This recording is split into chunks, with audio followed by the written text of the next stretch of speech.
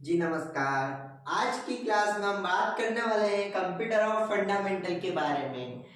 Computer of fundamental ये आपके DCA and PGDCA के लिए बहुत महत्वपूर्ण सब्जेक्ट है।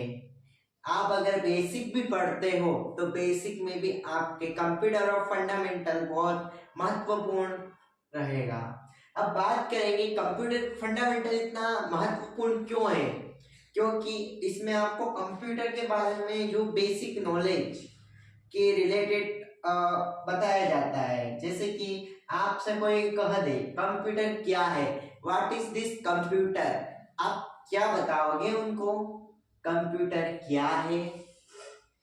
आप कंप्यूटर के स्टूडेंट हो, अब आप कंप्यूटर सीखने आ रहे हो, अब आपका स्टेप शुरू हुआ जो कि कंप्यूटर ऑफ फंडामेंटल का।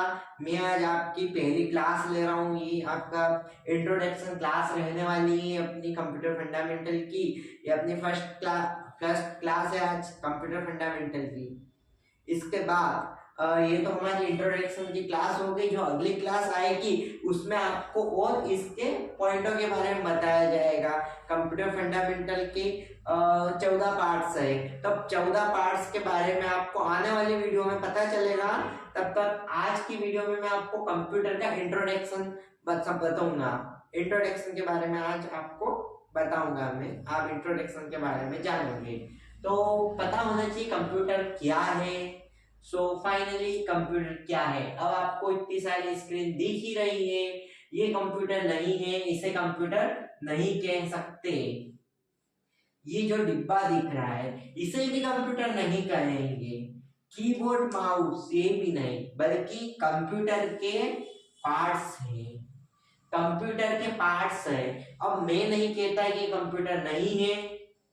आप जो फोन चलाते हो, आप जो स्मार्ट वॉच पहनते हो, वो भी एक कंप्यूटर की श्रेणी में आता है।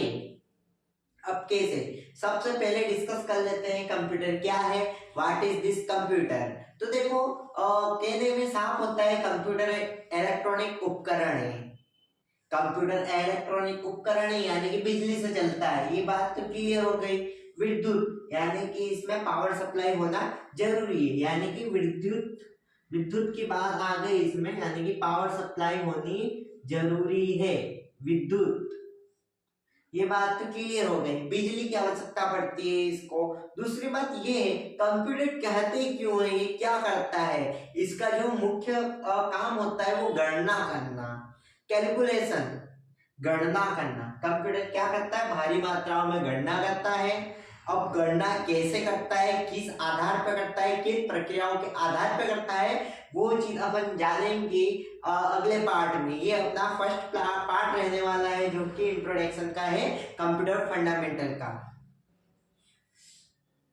अब हम इसमें जानेंगे ये जो बड़ी स्क्रीन दिख रही है कंप्यूटर की, ये दरअसल कहलाती है मॉनिटर। क्या कहलाती है? मॉनिटर। मैं लिख के भी आपको समझा देता हूं क्या कहलाते हैं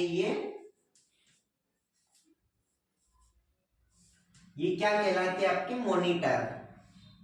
और ये आपका सीपीयू। देखो सीपीयू को हम थोड़ी देर बाद समझेंगे, यानी कि पहले इन दोनों को समझ लेते हैं उसके बाद इसको समझेंगे। इसको कहते हैं कीबोर्ड और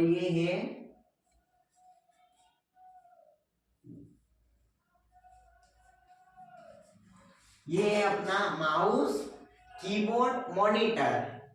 अब देखो कीबोर्ड माउस, अब इसमें दोनों में डिफरेंट रहेगा, काफी डिफरेंट रहेगा।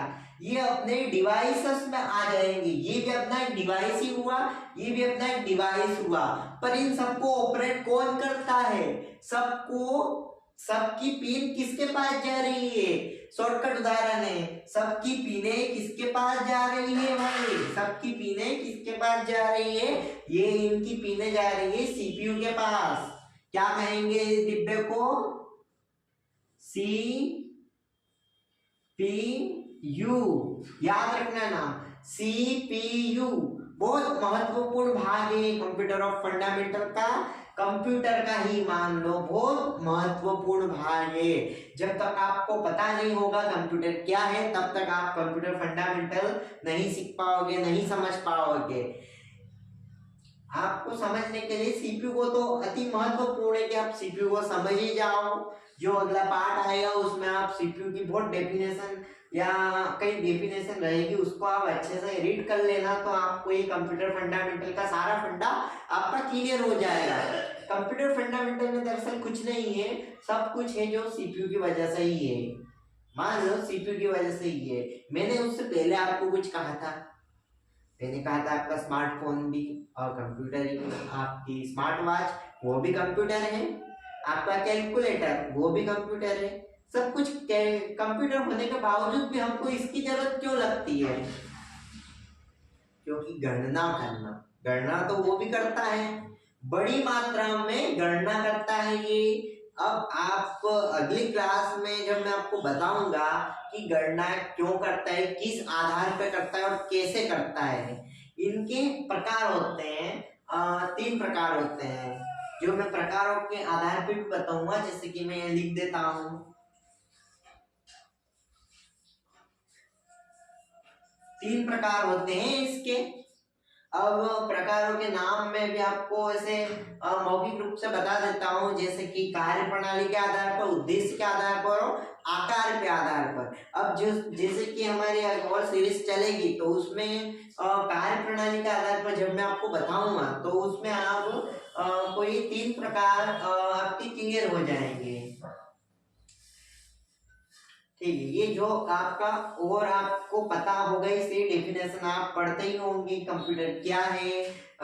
इन सबको समझने के लिए आज मैंने इसका इंट्रोडक्शन दिया था कंप्यूटर का।